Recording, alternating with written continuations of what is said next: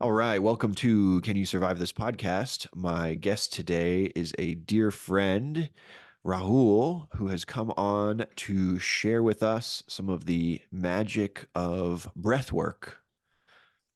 Welcome to the podcast, my friend. Awesome. Thank you for having me, Jeff.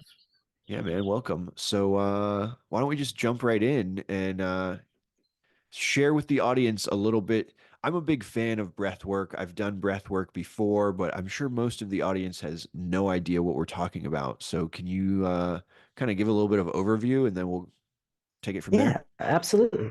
So, breathwork is a pretty broad term. It's basically uh, the yoga of breath. It's using your breath and connecting with your breath for different purposes. And just like there's intense yoga and relaxed yoga and energizing yoga and go to sleep yoga, there are all kinds of different breathing techniques. There's breathing techniques to energize, there's breathing techniques to really fire up your autonomic nervous system so that you can walk in your underwear in the snow with no problem. That's And like then that's like there's, Wim Hof, right? yeah, that's like a Yeah. Wim Hof method. Yeah. Then there's the kind of breath work which I love, which activates your parasympathetic nervous system. So we have two completely separate nervous systems. One is your fight or flight, it's the one that gets your extremities and your muscles really fired up. And then there's the parasympathetic, which brings your energy into your organs. So it's like the rest and digest nervous system. So when you're resting, you digest well.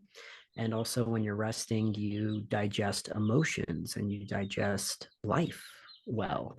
So uh,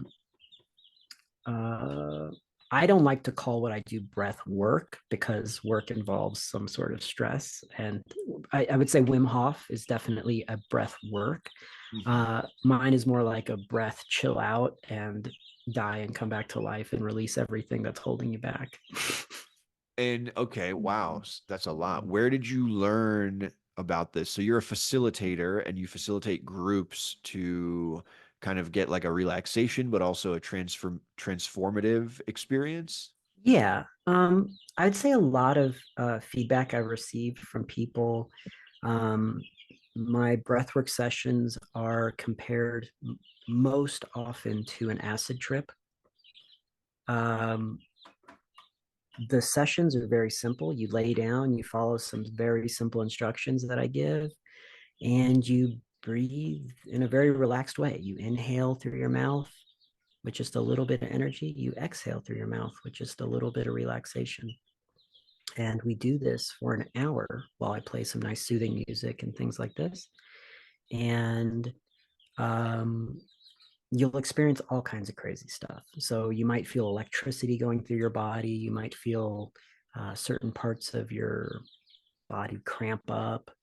Um, you might start remembering things that you'd forgotten about. You might start having visions or kind of like dream-like sequences in your mind. Um, So laying on the ground and breathing in and out through your mouth yeah, for an hour is like an yeah. acid trip that can make you feel like you have electricity in your body. Why does that happen? Do you know? Well,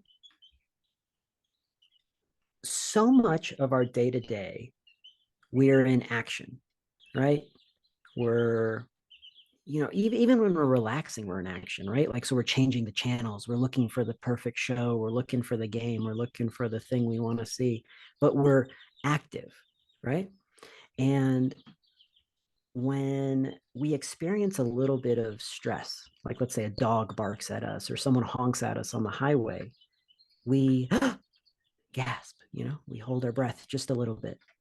And if we don't fully process that emotion, it gets lodged somewhere in our body, right? So in our lungs, we hold grief. In our liver, we hold anger, and all the organs hold different emotional frequencies. And when you just allow yourself and give yourself the time to be with yourself, and you just sit still and you breathe and you focus on not moving and you focus on just being with your system, all of this emotional and energetic gook that's jammed up in your system, the issues in the tissues, it starts to come out, right? So if you've got, let's say someone, I love the example of someone honking at you on the highway. Because when someone honks at me on the highway, I don't play into it, but I have friends where someone honks at them on the highway, they start screaming at them, hey, you know, you jerk, Right, right. um, or whatever. But these little disturbances get trapped in us, right? And so you start remembering these things. And if it's your first time doing breath work, you might remember stuff like this all the way back to childhood or even birth. Like I've had people remember being circumcised at birth or coming out of the womb at birth. I've remembered all these things too. Um, So a big part of it is just taking a moment in your day to not be active, yeah, big and time, just by focusing exclusively on your breath and laying down and getting comfortable, this kind of has like a psychological effect where suddenly all the things that you've been distracted from start to come up. Is big that time. kind of what's happening? Absolutely. Absolutely. Just taking the time to be with what is going on with your breath, what is going on with you taking a nice big full inhale and taking a nice relaxing sigh of relief. Is there anything between you and those two simple actions?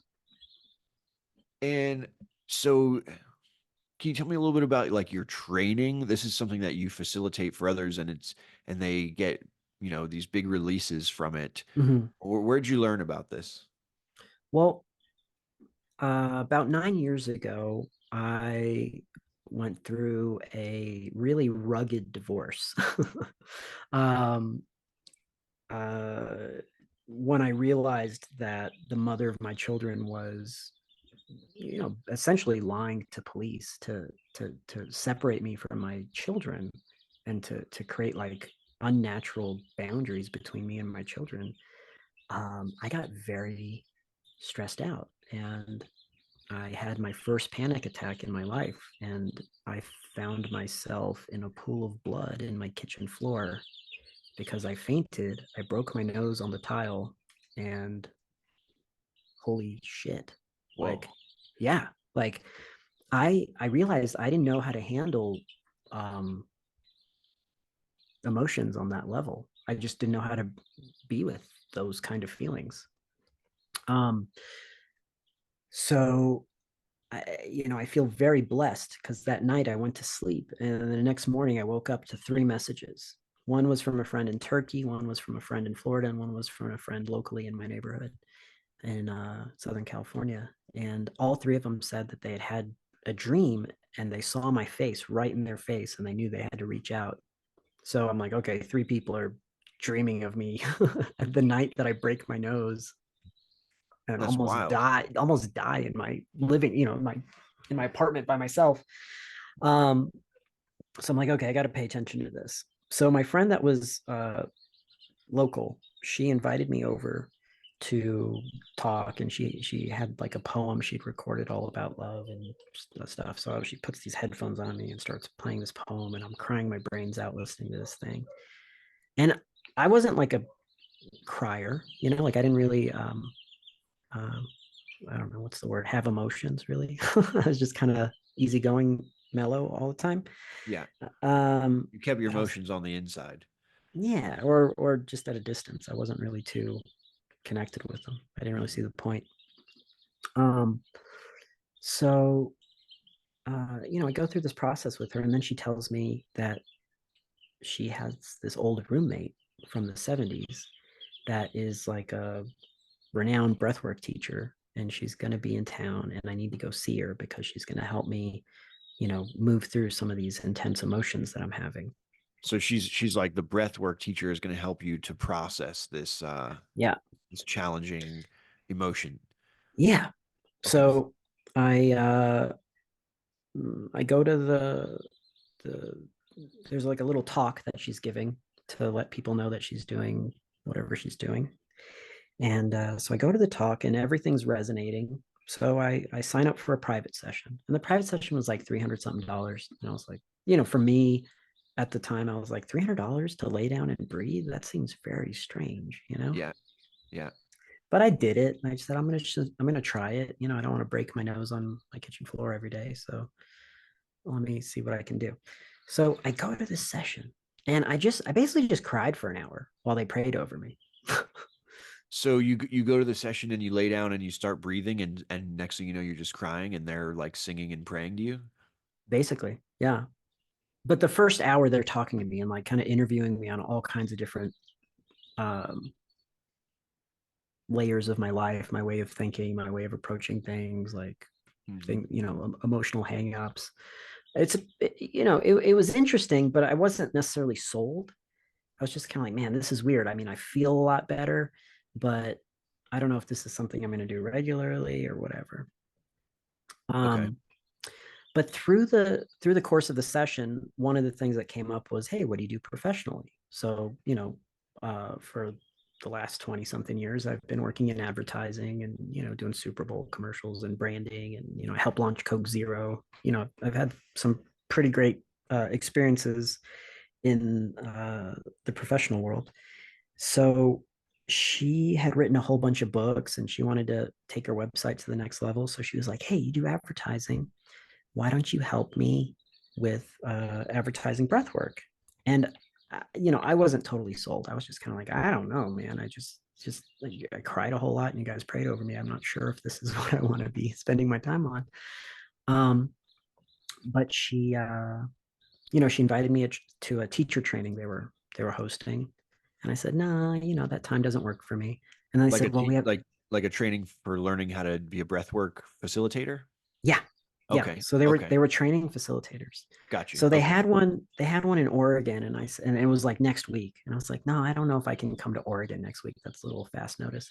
And they're Hmm. like, "Okay, well, in 2 weeks we're doing another one in Vegas." And Vegas is close to LA. So I was like, okay, maybe I could do that. But if you want me to come and film that, you're gonna have to get the certain camera and because they wanted me to create an online course from their work. So as the date to that approached, my entire life cleared out. Like all my friends were out of town, all the events were there's nothing going on. Like I was literally bored out of my mind the day before this event. And I'm like thinking, what is going on? There's like nothing to do anywhere. So I called these people and I said, hey, are you guys still doing the training thing in Vegas? And they said, yeah. And we bought the camera you told us to get. And we have a place for you. So come on over. So I'm like, okay, well, it's the only thing to do. So I, just hopped in my car and drove a couple hours to Vegas and set up the little camera I had them buy and started filming their weekend training session. Okay. So my intention going into this was just to create some great content for these guys. I wasn't trying to learn how to be a breathwork teacher. Got you. And this is like 9 years ago. This was 2016. Got you. Okay. Yeah, so maybe that's 9 years ago. I don't know. Yeah. Uh, Something like that. Yeah. But yeah, so I just filmed, and then at the end of the teaching, they had a whole bunch of lectures and stuff like that, and uh, then at the end of the day, everyone starts laying down on the floor, moving the chairs out of the way, and getting ready to do the breathing part. So I started moving the camera and I was getting ready to film people breathing. And they said, no, no, no, you're not going to film people breathing. This is like sacred stuff. You're going to lay down and breathe too and experience it. And I was like, oh my God. So I laid down and did the breathing exercise and completely changed my life. It was my second time. So um, I started to get it. I Okay. started to see, I started to see the So the impact. first session you did, you basically just cried a lot. Now the second session, you had some kind of transformative. What happened? What was it like? What happened? So the first day of the lecture, the part that really stood out to me was life urge versus death urge. So What does we that mean? have we have a drive within us to live, to grow, to create, to like a plant. You stick a seed in the ground and it grows, right? There's this urge to grow. There's this urge to expand. At the same time, there's an urge to die, right? There's an urge to destroy yourself, right? So life urge is that inner force that, you know, gets us up in the morning to go for a run or go, eat healthy or, whatever, be more alive.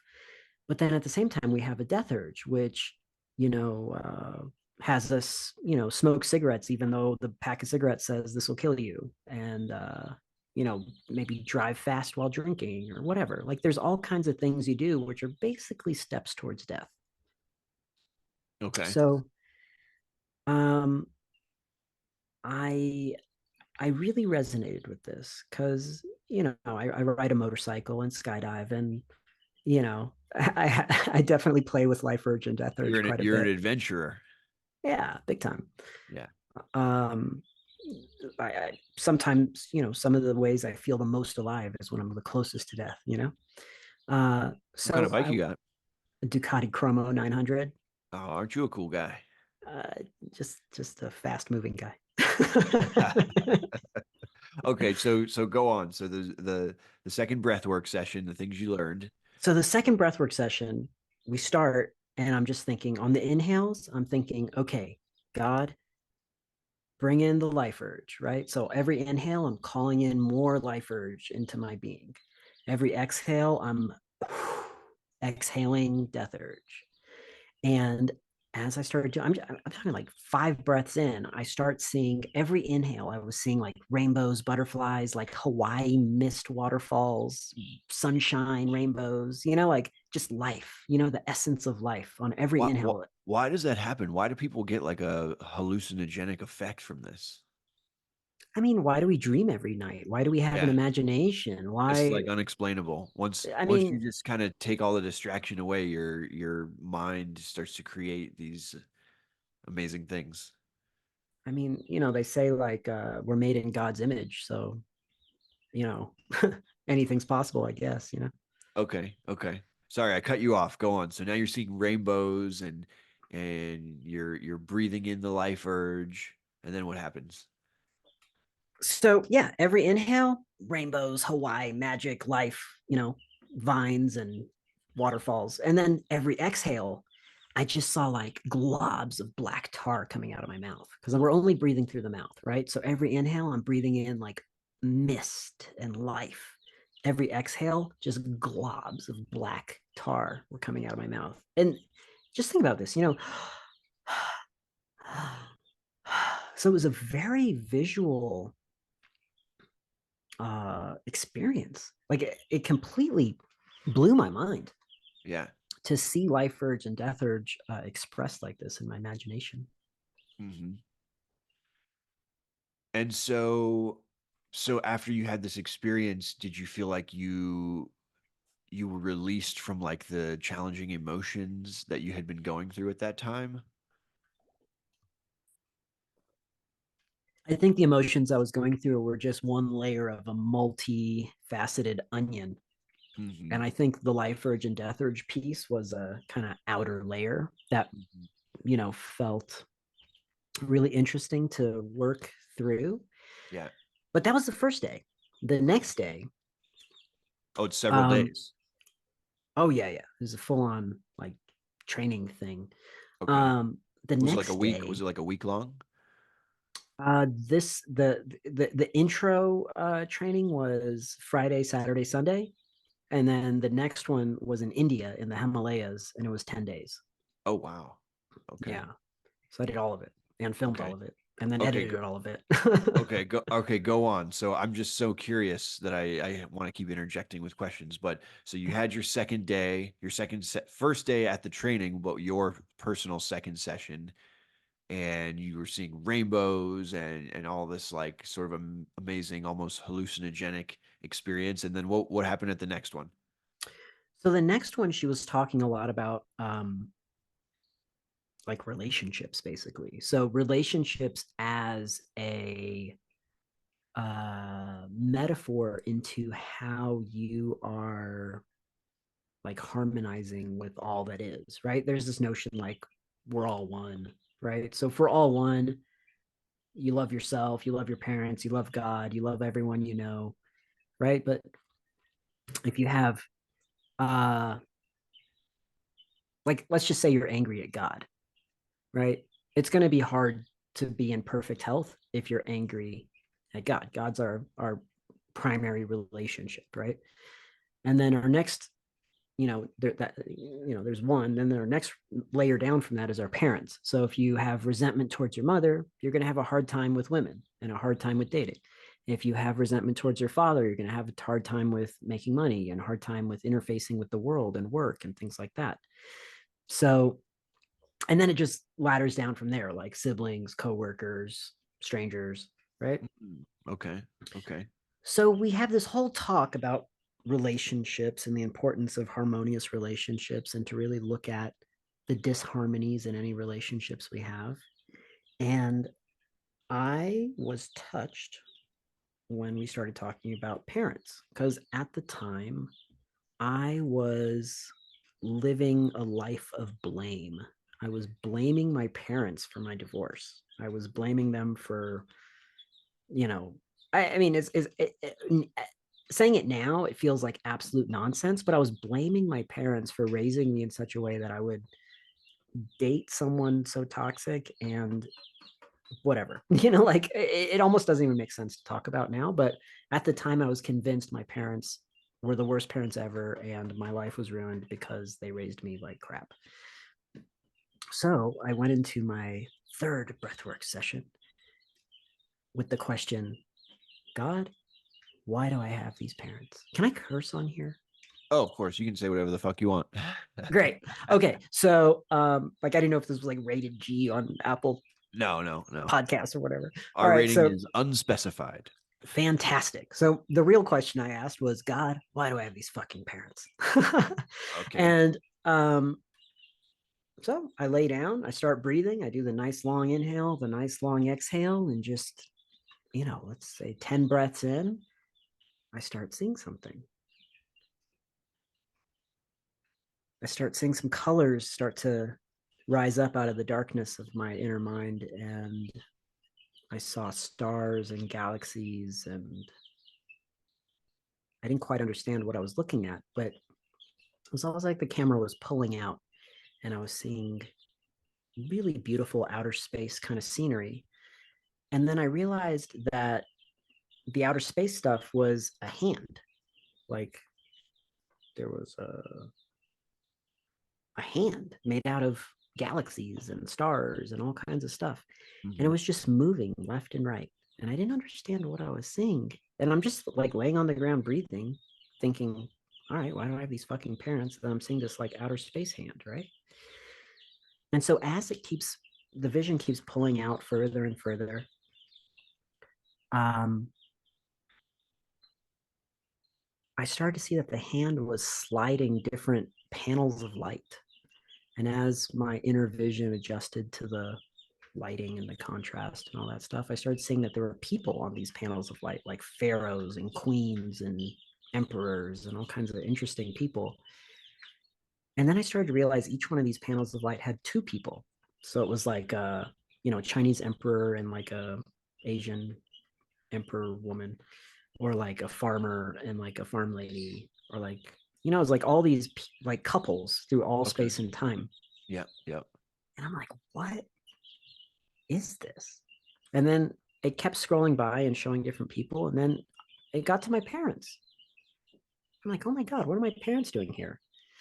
And then as I looked at that, like the all this digital information started coming out. Like I started seeing their DNA and their lineage and the things I would learn by incarnating into them.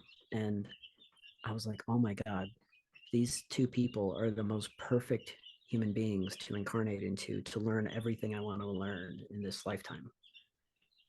And so I watched the finger or the hand click the load button and load my consciousness into my mother's womb and began my my entry into the Earth simulation.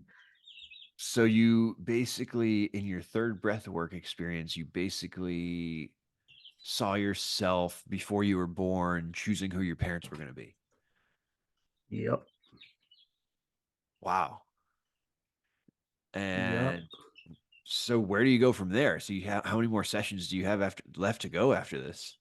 Well, uh, the the issue at the time was I hadn't really spoken to my parents in a meaningful way in about a decade.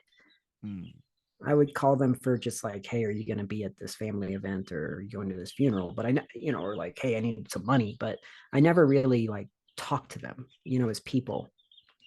So after this breathwork session, I called my mom and I said, hey, mom, I'm sorry for being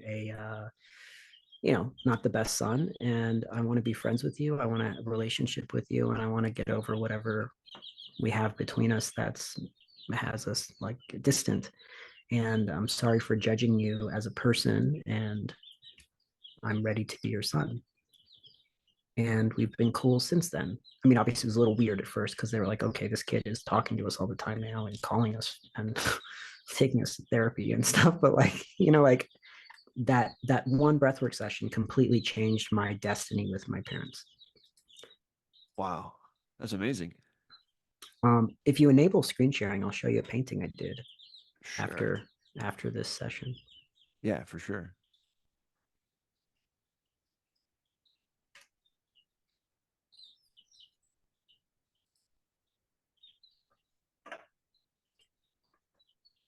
So, I mean, that was my best attempt to kind of show what I was seeing while breathing. Oh, wow. You painted that? Yeah, I mean, it's not really done. I still got to add in all the DNA and all the lineage information, but you know, Did you show your parents that? oh yeah, no, my parents know all about it. They think I'm crazy. Yeah. That's a beautiful painting, man. So you Thank you. saw that in your third breathwork session. Yep, So for anyone that's listening, on this show we share a lot about like healing modalities. Um, like I've had a lot of anxiety in my own life, and then a lot of our guests have dealt with a lot of PTSD and how they overcame those kind of things. And you feel like breath work is something that could help someone with PTSD? absolutely, Yeah. absolutely. I've at this, so we're talking about how I learned this, but since Yeah. then, I've facilitated. I don't even. I stopped counting once it went over 1,000, but I've helped You've thousands. facilitated over 1,000 sessions for people? Yeah, Oh, wow. easily, easily. Wow. Um, um, I've seen so many amazing cases of people just letting go of uh, anxieties, tensions, traumas. Um, yeah, it's a miraculous process because it takes you into the core of the holding of the pain that you have, and it Hmm. allows you to sit with it in a relaxed, calm way.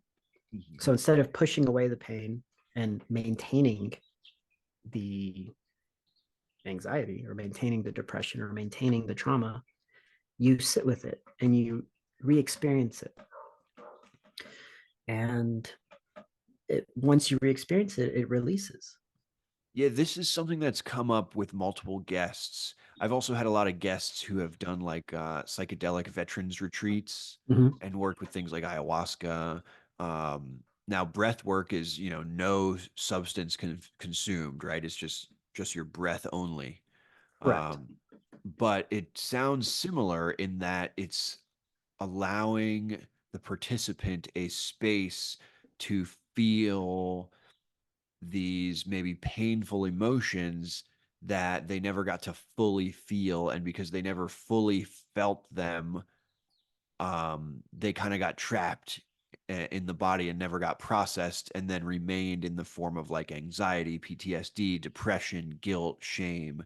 And so it sounds to me like breath work is another modality that gives space to feel and fully process those things so that they can be released and then you can move on from them.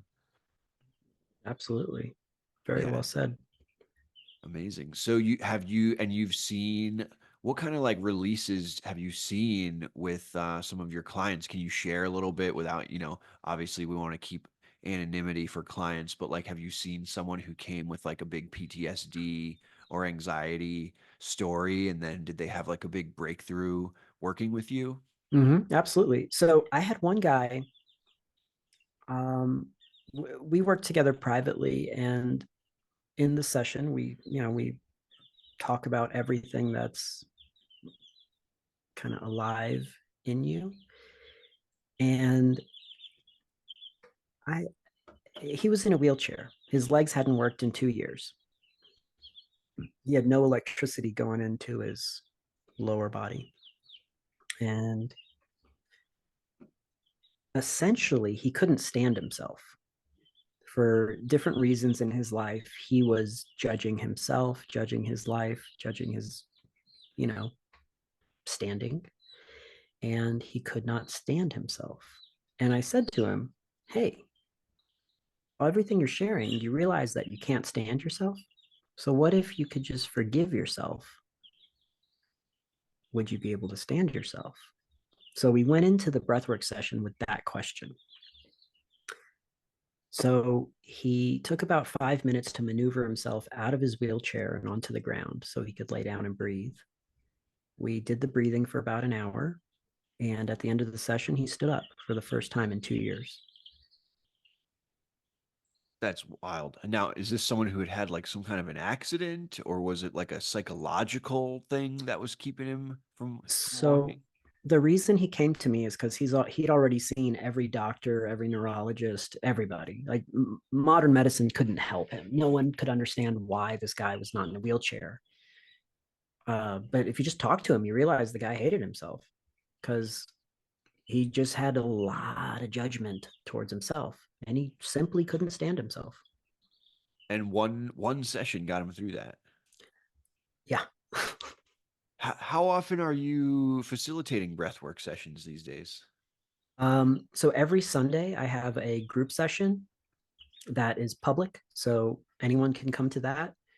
And then once you've done that, you can just book sessions with me privately if you want. So I do a couple private sessions a week and a group session every Sunday. And then once a month, I rent out a yoga studio here in town and we pack it out, and Are the it's Sunday sessions in person or online? they're on Zoom. Got you. Got you. Yeah. So basically, if someone wanted, and is it free to jump in on those? If it's I ask for a donation of $22, but Uh-huh. if you can't afford that, it's free. There's Yeah. a option to Yeah. Yeah. get in Yeah. free. Got you. So at the end of the episode, I'll have to get the link if you want me to put it in the show notes or something so people Sure, yeah, find you absolutely. and they can give it a try. But that's something that you would have to do from the comfort of your home. Obviously you don't want to be driving and that kind of thing, right? Yeah, you want to put your dogs away and try to ask if you live with anyone that's noisy. Ask them if you can get some quiet time. But um, yeah, and if you're in Southern California, I host an in-person session every month. So Got you. Got you. And what part of town is that in? that is in Wrightwood, California. So the top of Mount Wright in the San Gabriel Mountains, Got you. right outside LA. I'm just asking so all the listeners, if they're around town, can find you. Yeah. Yeah, I've done when Rahul was in LA. I've been to some of his sessions before, and I strongly recommend it. Um, other than breathwork, you mentioned. Well, I guess you mentioned that when you were learning, the journey took you to the Himalayas. Yeah. You got any adventure stories from the Himalayas you can share? I mean, every second there was wild. So we stayed at a ashram in a very remote region of the Himalayas. Um, and part of the program was we'd get up at 4 a.m.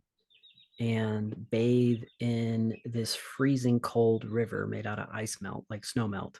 So Oh, it's very cold river. So yeah, 4 a.m., totally dark. You get into very cold water and you got to clean off and get ready to go basically sing and pray for the rest of the day.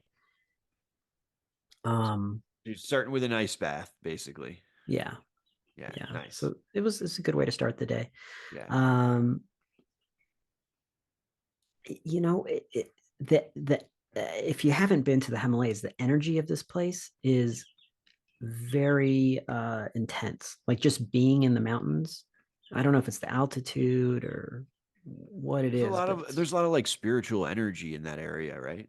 yeah, you feel it. It's very it's unsettling and settling at the same time. And you said you were there for 10 days? Um, I I was there longer than that, but the breathwork training part was 10 days. Gotcha. Gotcha. Also, you mentioned that the first facilitator you ever went to was a woman who kind of learned this in the 70s. You Mhm, mentioned she has some books. mhm. Can you share like if we want to read about her books? Yeah. Her name is Sandra Ray, Hmm. and she trained alongside she has a really good book that I recommend called Loving Relationship Training, and it goes Okay. all into how relationships are an analog for your spiritual development. Yeah. She also co-authored a lot of books with this guy Leonard Orr. So Leonard Orr is the guy that basically brought breathwork to the world. So every breathwork teacher that's teaching anything with breathwork now either learned from Leonard Orr or learned from someone who learned from Leonard Orr. And every breathwork modality that's in the West at the moment is in some way based on what he taught. Oh, really? And what's his deal? Where did he come from? Um, he basically, he had a lot of birth trauma and he started taking very long baths and he would stay in the bath for hours and he would just have his mouth above the waterline and breathe very slowly and he started getting into his like birth trauma and birth memories and it healed all kinds of stuff in his system. And then through working with Sandra, they learned how to do the same thing without the water, right? So they called it dry rebirthing. So at first it was called rebirthing and it was always in the water or like in a hot tub. And then they figured out how to do it dry, which is just you lay on the ground. You don't have to be in a body of water. Yeah. You still get into it. Yeah. And yeah, like there's a popular breathwork technique called gosh, I'm spacing on the name right now. Holotropic breathwork. Hmm. So holotropic was developed by this guy Stanlov Graf, Yeah. and he was a LSD researcher, and he was doing a lot of research around psychedelics and healing and all that good stuff. And then his funding got cut, and LSD became illegal. So he wanted a way to take people into the LSD realms but without LSD. So he met Leonard Orr and he learned the rebirthing breathwork technique. And a rebirthing session is usually about an hour, maybe two. Stanlov Graf took it to about 8 hours. So you're Whoa. breathing like this for a very long time, which is about as long as an acid trip. And you go super deep. Um, so he basically replaced acid with breath. Wow. Yeah. I've also heard some people get like very stiff hands while they do this. Have you heard of this? Absolutely. Almost everyone when they do it for the first time will get very stiff hands.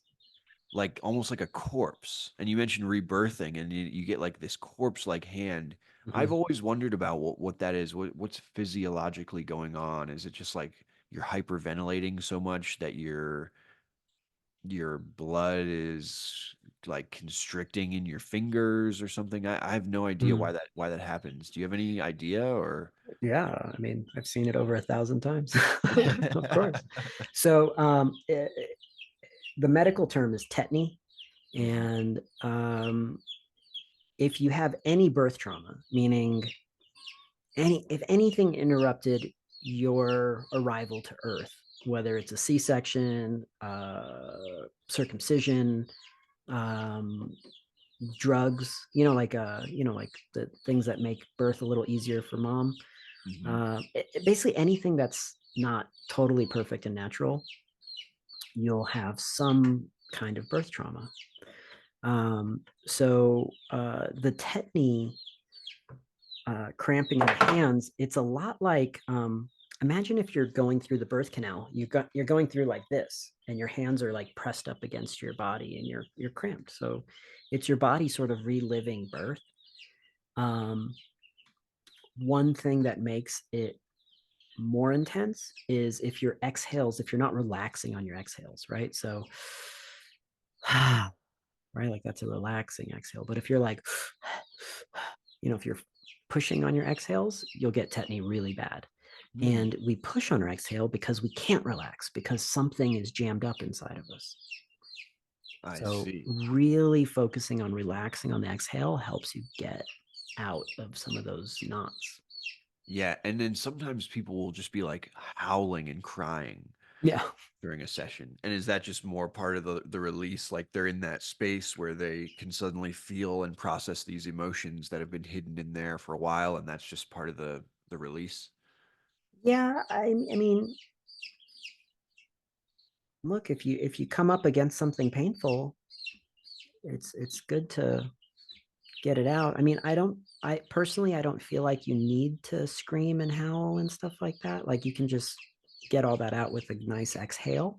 Yeah, yeah. But that does require some skill and some comfort in the practice. But if you're new to the practice and you're really confronted with something that's coming up, yeah, well, maybe howling's where you're at. Got you. Got you. Well, it's all very amazing. Is there what else should someone know if there's someone out there listening and they have no idea what we're talking about right now and they're just like a totally like why does laying down and breathing offer me some type of therapy? What would you say to that person? You know, if I tried to describe a hamburger to you, I could write 1,000-page novel on the deliciousness of a hamburger. But until you try a hamburger, none of those words are going to mean anything. So the easiest thing to do is just go to thepurewhitelight.com, sign up for a Sunday class, experience it, be a part of the community where we talk through whatever came up. It's a really beautiful community experience also because everyone's going through a pretty mystical healing experience, and at the end we take a lot of time to share and connect and make sure everyone's feeling okay before we all log off, and come experience it. Amazing. Yeah. Okay, people check out thepurewhitelight.com and you can find yourself some online. Is it over Zoom? It's on Zoom, and You can find yourself a Zoom session and you can try breath work this week. And I hope you will because I've done it before and I agree with everything Rahul is sharing. So yeah, thanks for sharing about that. On another note, I know you moved recently and you're kind of up in the mountains now. Mhm. Um, any amazing adventures other than breath work that you've been on lately? So this is my first time living, or first time as an adult living like on a mountaintop, and I live 5 minutes from a ski lift, so I've been skiing every day, and I'm slowly gearing up so next season I can start doing backcountry skiing. So I'm putting some cash away so I can do like a helicopter drop in up in Utah Oh, and cool. do some backcountry. So I'm working on all that. Amazing. Well, dude, when you do that, you will have to come back on the show and share about your time jumping out of a helicopter and going skiing. Yeah, can't wait. Um, and in the meantime, this is actually a very good segue, coincidentally, that you're talking about skiing, because I have a hypothetical survival scenario for you, and it regards skiing and snowboarding. So I just want to see, are you down to play the infamous game of the hypothetical survival scenario on Can You Survive This podcast? Absolutely. Let's go. All right, let's do it. You're going to get 10 A or B questions. Okay. And, if I tell you, if you guess B, but I say it was A, there's always allowed to be a little pushback. So if you're like, well, I picked A, but just explain it to me and then you'll get the points. We'll take it to the judges. Okay. All right, let's do this, my friend. So for this scenario, you will be snowboarding by yourself down part of a mountain that tends to be less traversed. This part of the mountain is a little bit more dangerous than other parts of the mountain. First question. Do you A, do a dummy check and make sure you did not forget any supplies you may need, or B, hydrate and drink lots of water before getting on the slopes? I would definitely check my supplies. I'd want to have my shovel, my avalanche beacon, my probe. You nailed it. A is correct. You check for all your supplies that you may need before you head down. Next, do you A, attach your avalanche transceiver to your body, or B, attach your transceiver in your pack, which will be attached to your back? Definitely in my pack. In your pack, you're going with the pack, eh? Well, all of my gear has avalanche stuff like sewn into it. Like my jacket has a thing and my pants have a thing. But yeah, I think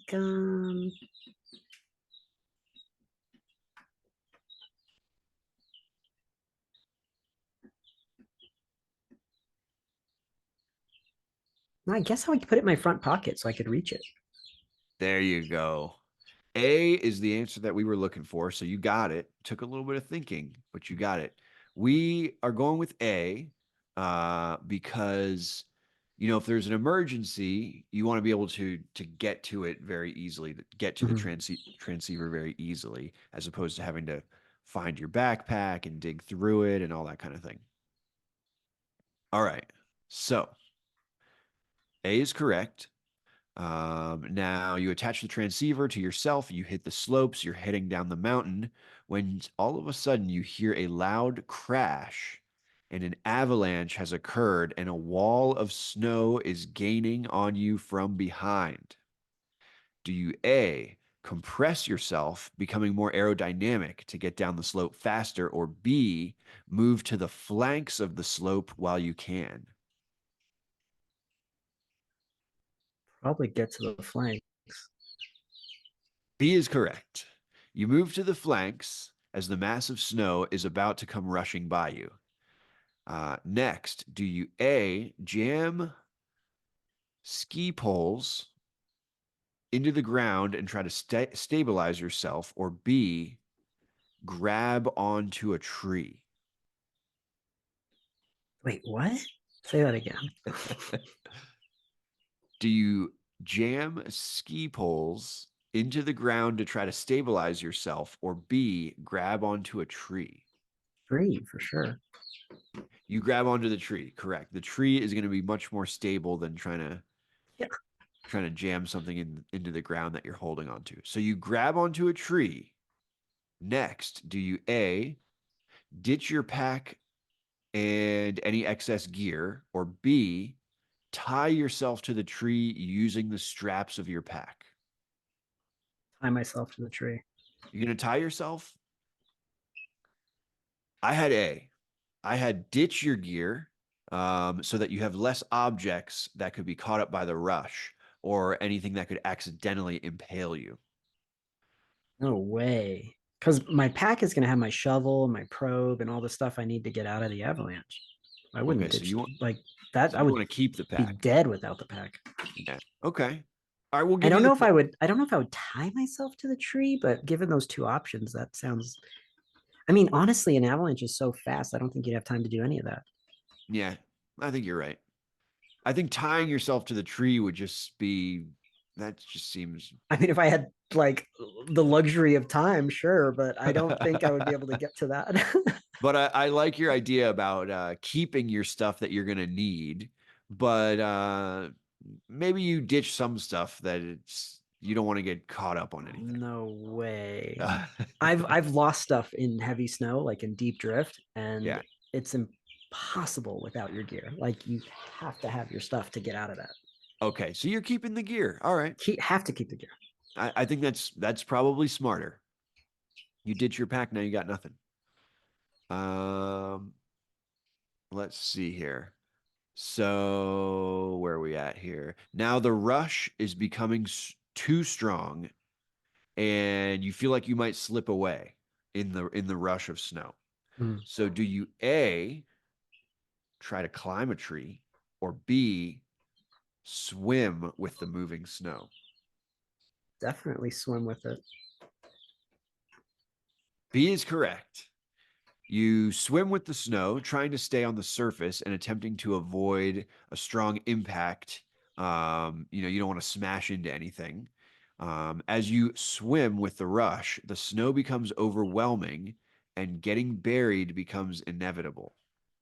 Do you A, keep your arms by your sides, or B, put your hands in front of your face?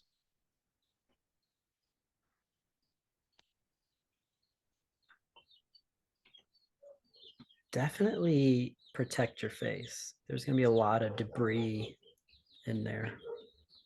Good choice. And B is correct. You place your hands in front of your face, and this also can create an air pocket in front of your face so that if you become super buried, hopefully you have a small pocket that you can get a little bit of air from.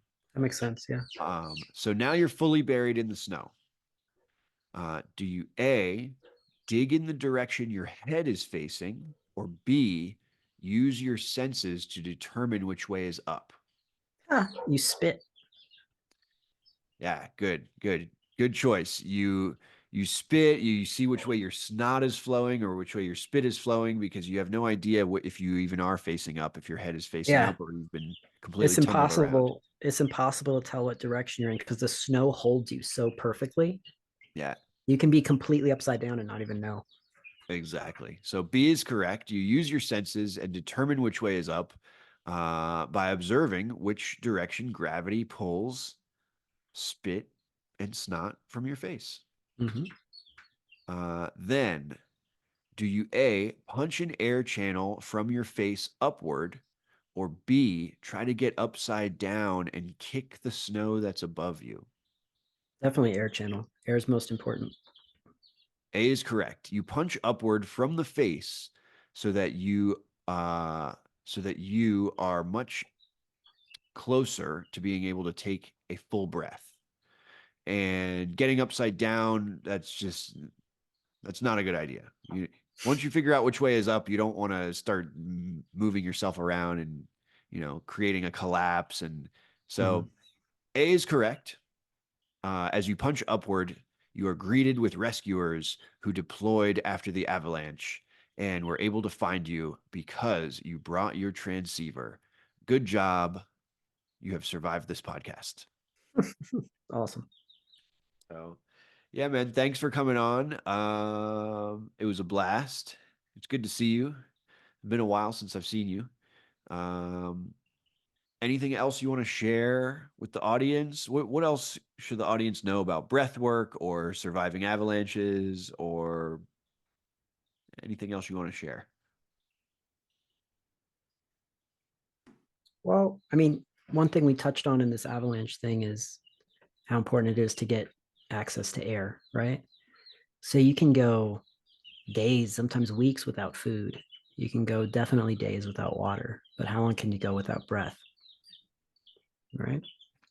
So, um, I just, to if anyone on here uh, is at all curious, please come to a Sunday session and experience this. It's the easiest thing you could do that is incredibly impactful and positive. Yeah, I strongly agree. Anyone out there who hasn't tried breath work, it is a fantastic modality for letting go of traumas or emotions that you've been working through. And it's also just for me, I think it's just a really powerful meditation tool as well. Mhm. Give yourself that hour to focus on nothing but breathing. And in my opinion, it does wonderful things for the mind. Mm-hmm. Also, on my website, thepurewhitelight.com, there's a recording of one of the Sunday sessions. And the recording's about an hour longer than most sessions go because I had a gentleman that had just gotten out of prison and he did his first breathwork session and a lot of stuff was coming up and out. And so for an hour after everyone else left the call, we stayed on and worked through some really deep stuff that was jammed up in him. And, you can see that, you can be a part of it, you can follow along and experience it at home. But um, this, yeah, I mean, it's a really good example of seeing how much can come out. Amazing. Amazing. So yeah, thepurewhitelight.com. My dear friend Rahul has done over 1,000 breathwork facilitations, and you've seen some pretty amazing transformations and healing occur. Mm-hmm. Yeah. Amazing. Well, anyone out there listening, check out thepurewhitelight.com, do a session, and yeah, drop us in the comments. Let us know if you enjoyed it. And yeah, thanks again for coming on. Thank you so much, Jeff. Talk to you later. Bye.